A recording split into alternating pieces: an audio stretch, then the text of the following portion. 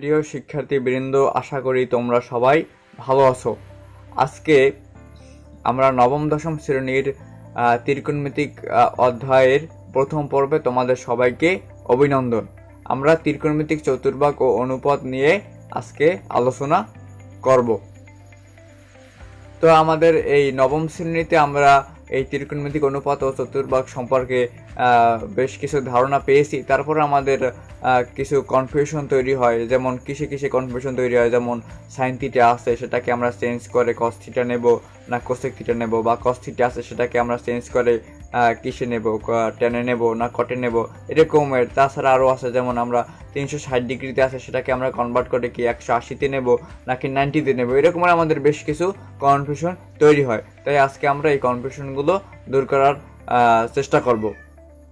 তাছাড়া এখানে আমরা একটা উদাহরণ লিখেছি যে কস 420, সাইন -300, সাইন 870, কস 570। এখন এই যে 420, 870 এই মানগুলো তো আমাদের জানা নেই। আমার জানা আছে কস 45 ডিগ্রি মান, সাইন 90 ডিগ্রি মান। এখন এই বড় মান থেকে যে ছোট মানে যে নিয়ে আসার যে প্রসেসটা, এটাই আসলে ত্রিকোণমিতিক চতুর্ভাগ ও অনুপাতের মানে প্রসেস। সেই বিষয় নিয়ে আজকে আমরা আলোচনা করব। এখানে আমরা চতুর্ভাগটা এখানে নিয়েছি। এটা হচ্ছে আমার প্রথম চতুর্ভাগ, এটা দ্বিতীয় চতুর্ভাগ, এটা তৃতীয় চতুর্ভাগ এবং এটা চতুর্থ চতুর্ভাগ। তো আমরা এটা মনে রাখার জন্য একটা নিয়ম দেখি। আমরা লিখেছি all student take chemistry. All বলতে এখানে সবগুলো, sine cos sec cos cosec tan cot, এবং স্টুডেন্টের এস থেকে পাই আমরা সাইন থিটা এবং সাইনের বিপরীত হচ্ছে কোসেক থিটা। এরপরে টেকের টি থেকে আমরা পাই ট্যান থিটা এবং ট্যানের বিপরীত হচ্ছে কট থিটা। কেমিস্ট্রির সি থেকে পাই আমরা কোস থিটা এবং কসের বিপরীত হচ্ছে সেক থিটা। এখন এখানে অল, এখানে সবগুলো হচ্ছে পজিটিভ, মানে plus. Sine cos sec cosec tan এবং কট এই সবগুলো হচ্ছে প্লাস। দ্বিতীয় চতুর্ভাগে সাইন এবং কস এই দুইটা হচ্ছে প্লাস, বাকি সবগুলো মাইনাস। তৃতীয় চতুর্ভাগে ট্যান এবং কট হচ্ছে প্লাস, বাকি সবগুলো মাইনাস। এবং চতুর্থ চতুর্ভাগে কস এবং সেক হচ্ছে প্লাস, বাকি সবগুলো মাইনাস। তো এখন আমরা একটা নিয়ম লিখেছি, এখানে একটা উদাহরণ দিয়েছি যে সাইন, একটা ফর্মুলা লিখেছি সাইন n × 90 ± থিটা। এখন এখানে দুইটা নিয়ম লিখেছি, একটা n যদি জোড় হয় তবে পরিবর্তন হবে না, আর n যদি বেজোড় হয় তবে পরিবর্তন হবে।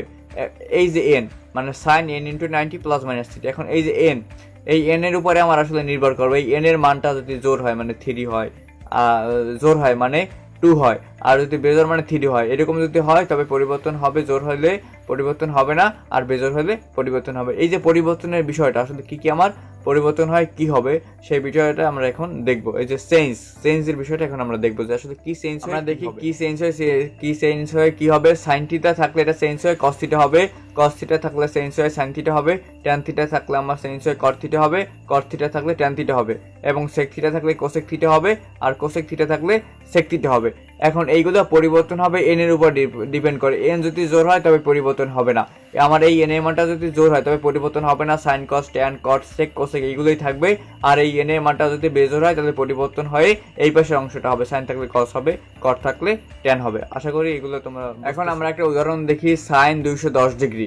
আমরা এই নিয়ম অনুযায়ী আমরা এটাকে ভাঙবো, 90 এর গুণিতক আকারে নেব। তো আমরা দেখি সাইন 2 × 90 + 30 মানে প্লাস থিটা। তো আমরা 90 সাথে যদি 2 গুণ করি তাহলে কত হবে, 180।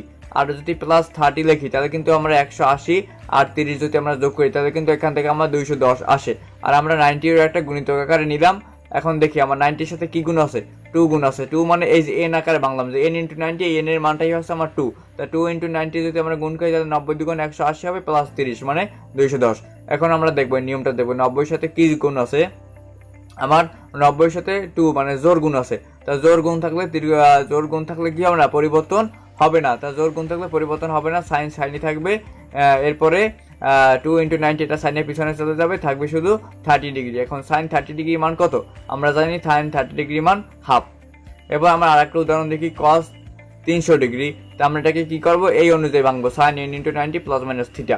তা আমরা দেখি কস 3 × 90 মানে 90 এর সাথে যদি আমরা 3 গুণ করি তাহলে কত হবে, 270। এরপরে যদি আমরা দেখি +30 মানে প্লাস থিটা, 90 এর 270 এর সাথে যদি আমরা +30 যোগ করি এখান থেকে কিন্তু আমরা 300 ইজিলি পেয়ে যাই। তাই এইটা কিন্তু আমার এই ফর্মুলা অনুযায়ী, এই সূত্র অনুযায়ী কিন্তু আমার ভাঙা হলো যে n × 90 ± থিটা। এরপরে আমরা দেখব যে 1 নাম্বার নিয়মটা দেখব যে জোড় হয় তবে পরিবর্তন হবে না, আমরা আর যদি বেজোড় হয় তবে পরিবর্তন হবে।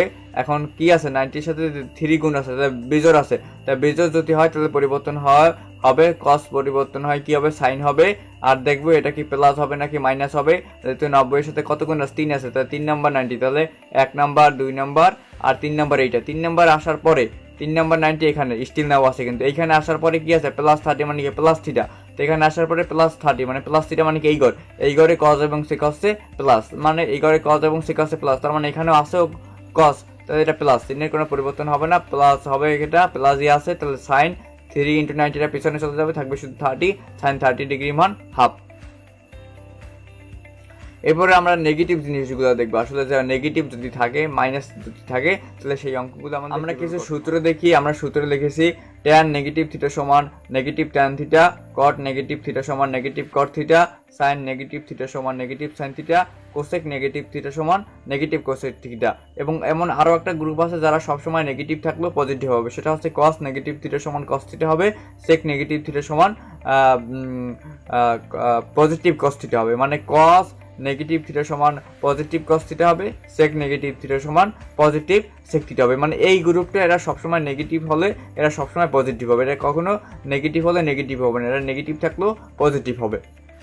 এই একটা গ্রুপ, বাকি যে দুইটা গ্রুপ আছে এই দুইটা গ্রুপ নেগেটিভ থাকলে নেগেটিভই হবে। এখন এই নেগেটিভ দিক থেকে আমরা একটা অঙ্ক করার চেষ্টা করি। আমরা দেখি সাইন নেগেটিভ 300 ডিগ্রি। এখন এই সূত্র অনুযায়ী কি আছে সাইন নেগেটিভ থিটা, তা সাইন নেগেটিভ থিটা সমান আমরা কি আছে নেগেটিভ সাইন থিটা, তা নেগেটিভ চিহ্নটা আমরা প্রথমে নিয়ে আসি, এরপরে দেখি আমরা সাইন 300। এরপরে আমরা দেখি যে আমরা এই অনুযায়ী ভাঙ্গি n × 90 আকারে ভাঙ্গি, তা সাইন মাইনাস সাইন আমরা যদি 90-র সাথে 3 গুণ আকারে নিই, 3 × 90 যদি আমরা গুণ করি তাহলে কত হবে 270 হবে। তো 270-এর সাথে যদি আমরা প্লাস থিটা মানে প্লাস 30 যদি যোগ করি তাহলে এখান থেকে কিন্তু আমার 300 আসে। এরপরে কি হবে 3 × 90 প্লাস থিটা, তাহলে এখান থেকে কিন্তু আমার 300 আসে। এখন আমরা দেখব যে এটা কি পরিবর্তন হবে কি হবে না। 90-এর সাথে 3 আছে মানে বিজোড় আছে, বিজোড় গুণ আছে, তাহলে বিজোড় হলে পরিবর্তন হবে, বিজোড় যদি গুণ হয় তাহলে কি হবে পরিবর্তন হবে, তাহলে সাইন পরিবর্তন হয় কি হবে কজ হবে। এই মাইনাসটা হচ্ছে এই মাইনাস, এখানে কিন্তু আমরা দুইটা মাইনাস দিছি, দুইটা মাইনাস কিসের জন্য দিছি সেটা বলতেছি। এই মাইনাসটা আমার এই মাইনাস, এই যে দ্বিতীয় মাইনাসটা, প্রথম মাইনাসটা কিভাবে এলো সেটা আমরা বলতেছি, তাহলে সাইন পরিবর্তন হয় কজ হবে। আর এখন আমরা দেখবো যে এই মাইনাসটা কিভাবে আসলো, 90-এর সাথে 3 গুণ আছে মানে 3 নাম্বার 90, তাহলে 1 নাম্বার 90 এটা, 2 নাম্বার 90 এটা, 3 নাম্বার 90 এটা। এখানে স্টিল নাও, এখানে স্টিল নাও থাকার পরে কি আছে প্লাস 30 মানে প্লাস থিটা, তারপর এখানে স্টিল নাও থাকার পরে প্লাস থিটা মানে কি সামনের ঘর এই ঘরে চতুর্থ চতুর্ভাগ, তাহলে চতুর্থ চতুর্ভাগে কি কজ এবং সেক হচ্ছে তোমার প্লাস, বাকি সবগুলো মাইনাস, তা বাকিগুলোর ভিতরে তো সাইন আছে, তা বাকিগুলোর ভিতরে যদি সাইন আছে তাহলে কি হবে সাইন মাইনাস, তা বাকিগুলোর ভিতরে সাইন থাকার কারণে একটা মাইনাস চিহ্ন আসলো, এই মাইনাস। আর 3 × 90 এর পেছনে চলে যাবে, থাকবে শুধু 30, তাহলে মাইনাসে মাইনাসে প্লাস cos 30 ডিগ্রি সমান আমরা বলতে পারি √3/2। তাহলে এখান থেকে আমরা √3/2 বের করতে পারলাম। তাহলে আমরা নেগেটিভ জিনিসটা আমরা শিখলাম যে কিভাবে নেগেটিভ থাকলে। এরপরে আমরা আরেকটা টেকনিক তোমাদের শিখিয়ে দিই, এই টেকনিকটা এটা কোনো বইতে দেওয়া নাই, তোমাদের মনে রাখার জন্য তোমরা জাস্ট এই নিয়মটা মনে রাখবা যে সাইন আমরা সাইন থেকে পাই সালতি, এখন এই সালতি থেকে আমরা পাই সাগরে লবণতি, সা থেকে পাই আমরা সাগরে, ল থেকে পাই লবণ, আর তি থেকে পাই অতি। আর এখান থেকে পাই আমরা ল থেকে পাই লম্ব, আর অতি থেকে পাই অতিভুজ। আর কস থেকে পাই আমরা কবতি, কবরে ভূততি, ক থেকে কবরে, ভূ থেকে ভূত, আর তি থেকে অতি। এই ভূ থেকে আমরা পাই ভূমি, আর অতি থেকে পাই আমরা অতিভুজ। তাহলে কবরে ভূততি, আসলে এই ভূতটা আমরা দেখতে কেমন সেটা আমরা ট্যান থেকে পাবো, ট্যান থেকে পাই আমরা টেলবো, ট্যাতে টেরা, লতে লম্ব, আর ভূতে ভূত। এই কবরে ভূততি, এই ভূতটা দেখতে কিরকম টেরা লম্বা ভূত। এখন এই ল থেকে পাই লম্ব, আর ভূ থেকে পাই ভূমি। তাহলে সাইন কস ট্যান এই তিনটে যদি বের করতে পারো তাহলে আর বাকি যে 3টে অনুপাত আছে সেই 3টে অনুপাত ইজিলি বের করতে পারবা, কারণ আমরা জানি সাইনের বিপরীত কি কোসেক, কজের বিপরীত কি সেক, আর ট্যানের বিপরীত কি কস। তা সাইনের বিপরীত যদি কোসেক হয় এই মানটা হবে বিপরীত, অতিভুজ বাই লম্ব, এটা বিপরীত হয়ে যাবে। কজের বিপরীত যদি সেক হয় এই মানটা হবে বিপরীত। কজে আছে ভূমি অতিভুজ, ওইটাই হবে সেকে হবে অতিভুজ বাই ভূমি। ট্যানের বিপরীত কি কট, তা ট্যানে আছে লম্ব বাই ভূমি, যেহেতু বিপরীত হচ্ছে কট, কটে হবে ভূমি বাই লম্ব। এখন এখান থেকে আমরা একটা ত্রিভুজের মাধ্যমে আমরা দেখবো কিভাবে অনুপাতগুলো আমরা এখন আমরা এখান থেকে এই ত্রিকোণমিতিক 6টা অনুপাতটা আমরা একটা ত্রিভুজের মাধ্যমে দেখার চেষ্টা করি। এটা আমরা পি ও এম, এটা আমরা থিটা কোণের সাপেক্ষে দিই। এখন সাইন থিটা, এখন এই থিটা থেকে পাই আমরা সাইন থেকে কি পেয়েছিলাম আমরা, লম্ব বাই অতিভুজ। এখন এই থিটা কোণের সাপেক্ষে লম্ব কি, আমার থিটা কোণের সাপেক্ষে লম্ব হচ্ছে পিএম আর অতিভুজ হচ্ছে ওপি। তা যেহেতু সাইনের বিপরীত কি কোসেক, তাই কোসেক থিটা যেহেতু সাইনের হিসেবে দিয়ে পিএম বাই ওপি, লম্ব বাই অতিভুজ, তাহলে কজে ঠিক ওইটা বিপরীতটা হবে অতিভুজ বাই লম্ব, ওপি বাই পিএম হবে। এরপরে কস থিটা, এই থিটা কোণের সাপেক্ষে কস থেকে আমরা কি পেয়েছিলাম, ভূমি বাই অতিভুজ। এখন এই থিটা কোণের সাপেক্ষে ভূমি কি, ভূমি হচ্ছে ও এম এবং অতিভুজ হচ্ছে ওপি। তাহলে এবং কজের বিপরীত কি সেক, তার সেকে অবশ্যই বিপরীত হবে, অতিভুজটা উপরে চলে যাবে, ভূমিটা নিচে হবে, মানে O P by O M হবে। এরপর আমরা ট্যান থেকে আমরা কি পেয়েছিলাম, লম্ব বাই ভূমি। তাই ট্যান থিটা, এই থিটা কোণের সাপেক্ষে লম্ব কি হবে, লম্ব হবে পিএম আর ভূমি হবে ও এম। তা ট্যানের বিপরীত যেহেতু কট, তাহলে এটা বিপরীত হয়ে যাবে লম্ব বাই ভূমি, বিপরীত হবে ভূমি বাই লম্ব। তাহলে ভূমি ছিল কি ও এম আর লম্ব ছিল পিএম।